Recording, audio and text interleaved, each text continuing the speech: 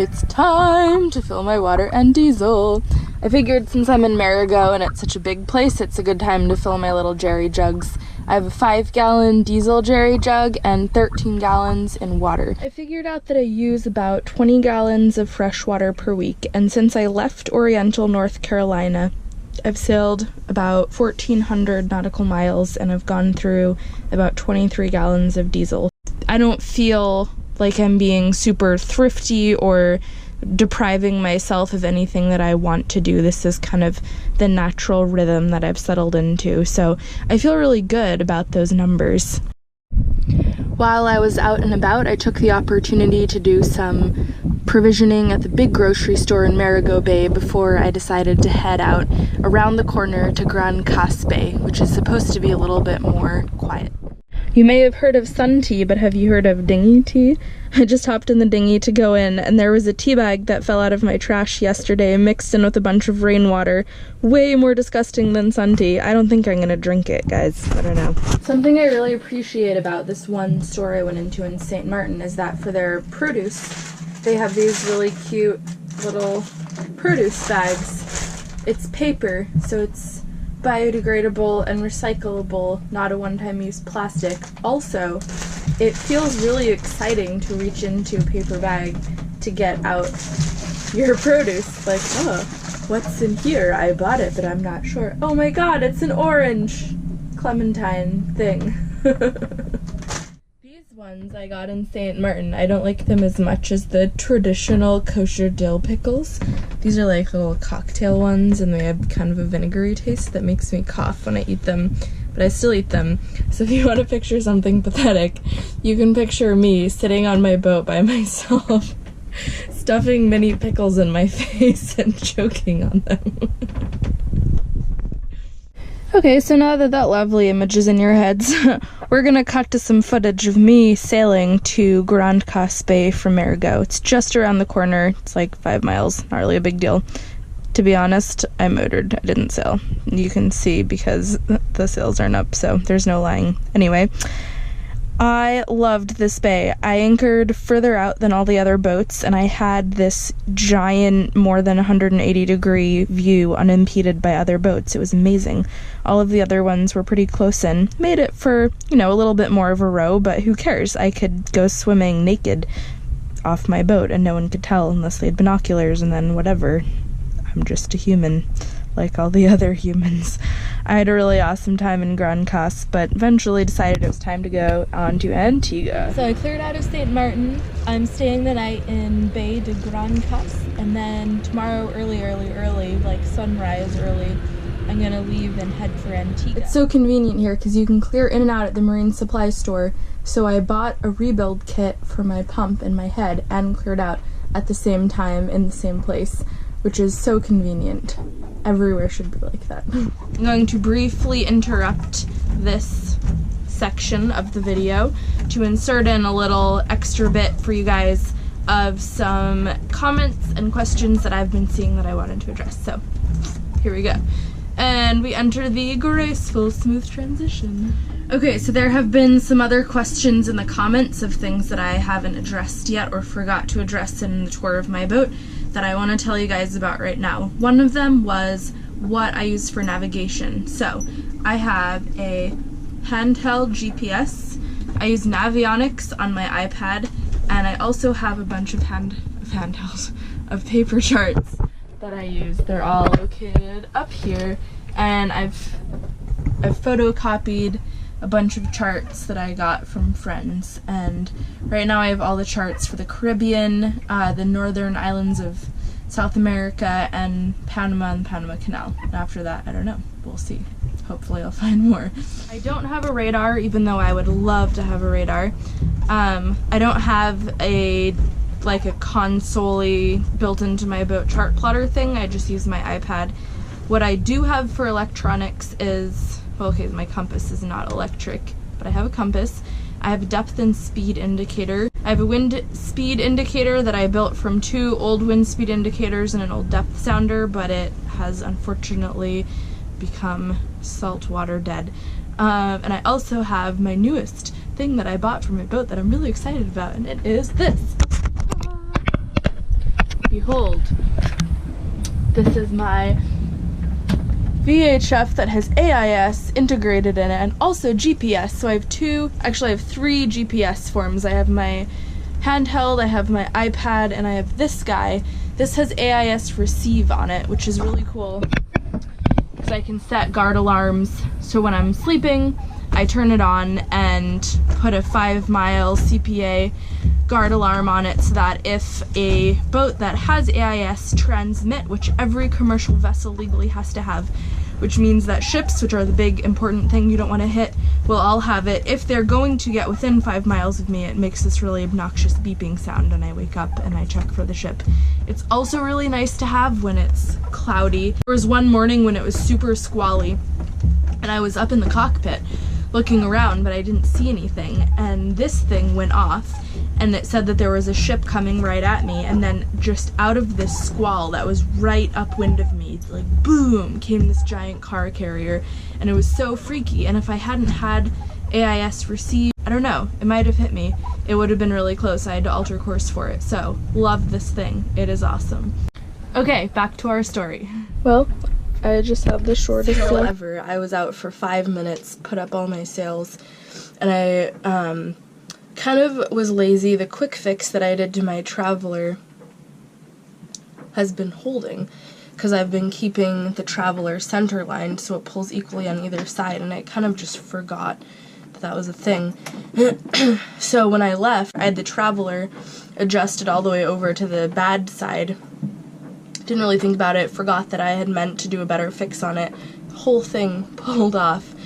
The main just went boom all the way over, so I grabbed one of the reef lines and lashed the end of the boom really quickly to the lifelines, and now I'm back at anchor. I just want to leave, but check out the damage.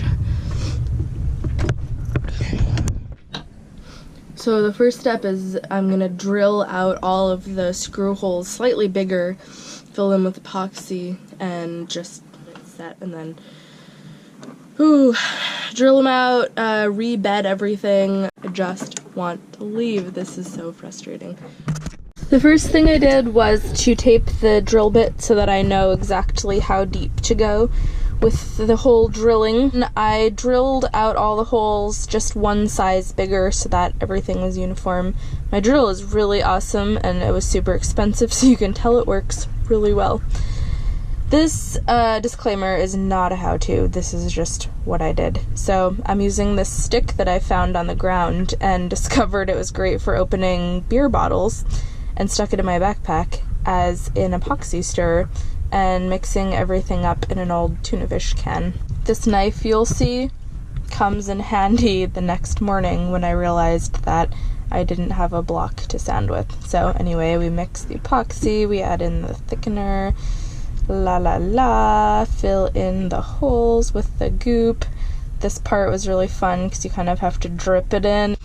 So next morning, woke up super early, had breakfast with the sunrise, sanded down the tops of the little epoxy splatters, and then I re-drilled the holes the correct size, and then used an old shitty tube of 4000 that is almost non-functional, but I managed to find a tiny little hole to squeeze it out of, and rebedded everything, squirted some goop on top of the holes, squirted some goop on the screws, and then screwed the whole thing in, crossed my fingers, and hoped that it would work for the trip. Underway take 2. Let's see how this goes. Right now I'm going half a knot, but that's because I'm in the lee of the island, I'm telling myself. I do see wind out there, so I think it's gonna be good. But this was by far my favorite passage that I've ever done on my boat. The weather was just perfect. The waves were low, the wind was good, I had my big head sail out. I just spent the whole time hanging out in the cockpit, listened to an entire Harry Potter audiobook, no shame. It was the first one. I haven't listened to that one in a while. Had all my meals out there, wasn't getting splashed by the waves. It was amazing. I'm so happy to be at sea right now. It's incredibly gorgeous. I'm still sailing to windward, so I'm tacking and, close hauled, but the wind is low. I have my big head sail up. The waves aren't splashing me. The sun is setting. Everything is just so beautiful, and I'm so very pleased to be out right now. It's a clear night, so the stars are gonna be amazing. I'm just, oh my god, I can't even tell you. This is just the best feeling ever. I'm so happy. So happy. Guys, I just caught my first fish. It's up here. Check it out. Check it out! The first fish. Hey buddy, alright, time to go home. Come on, let's get you back in the You're a slimy little fucker, aren't you? Come on. Get you back where you belong. Alright, here we go. The next day, I figured out how to rig up a sunshade using the Winnie the Pooh blanket I had from childhood because I'm really cool. I tied the back end of it off to what I had jury-rigged as the main sheets because, yep, Traveler Fix did not end up holding, so I just made off a line to the end of the boom and then one on either side to the stern pulpit so that no matter what tack I was on, I always had my main set to be close-hauled. It actually worked really well, and if I hadn't had to do the jury rig, I wouldn't have ended up with this sick sunshade now selling in stores. I got into Antigua later that day and cleared in, and life just kept getting better. I had the best welcome ever. It was amazing. I just immediately felt this huge connection to the island, and life since I've been here has been incredibly awesome, but I'll tell you guys more about that next Monday. Thank you guys for watching this week's video. Just so you know, I put out new videos every Monday, and there is not a set time because I spend a long time walking around trying to find a good enough Wi-Fi signal to steal so that I can actually upload the video. One week I found this by sitting in the bushes underneath a bar and uploading my video there. Another week I walked around in St. Martin for 3 hours trying to find a good enough Wi-Fi signal to upload a high quality video. Ended up finding a library on Google Maps, walked all the way up to it. It was half an hour up a hill each way. Uphill both ways, obviously. And only to discover the library, which was beautiful, had been destroyed by the hurricane a couple years ago and never refixed. So today I am going to sail to Falmouth, which is in Antigua, and walk around there and try to find Wi-Fi to upload this guy. Another thing that I wanted to add is that so many of you guys have been interested in my upbringing and my childhood and sort of the backstory of how I came to be here. So I wanted to tell you about a website. It's called iceblinksail.com, and I'll put a link of it in the description for this video. But it's my parents' website, and they have pictures and links to articles that they wrote when they were cruising when my siblings and I were kids, and they also have a book and a DVD about our life when they were sailing up in the Arctic. So if you guys want to go check that out, you can see a little bit more of the backstory, or if you already know about my parents, then you can find more out about them. I also have an Instagram page. I'm at Boat Lizard. I'll put a link to that in the info. I post photos of sort of daily life on board, so you can have a little bit more of a daily dose of Holly if that's what you really want. Oh god, that's terrifying. I also have a website where I write blog posts and post photos from my sailing, so if you want to get more of a written version of what I'm doing, you can go there. And I just set up a Patreon account, which I will also link in the info, so if you are interested in supporting what I'm doing and helping out a penniless sailor, that would super help me keep sailing, because I have a very tiny budget and I'm not sure where my next money is going to come from. So, cool. Well, thank you guys so much for following along on my journey. Your comments are beautiful and your emails are beautiful, and I just am really super into this community that I feel like I'm becoming a part of. It's really cool. Every time I get a little notification about a comment or an email, it just makes me so happy. You guys are so nice.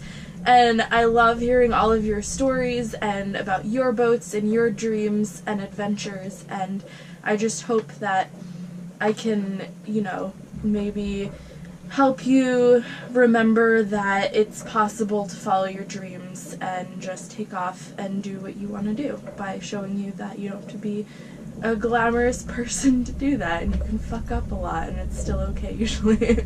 So, alright, I'll see you guys next Monday.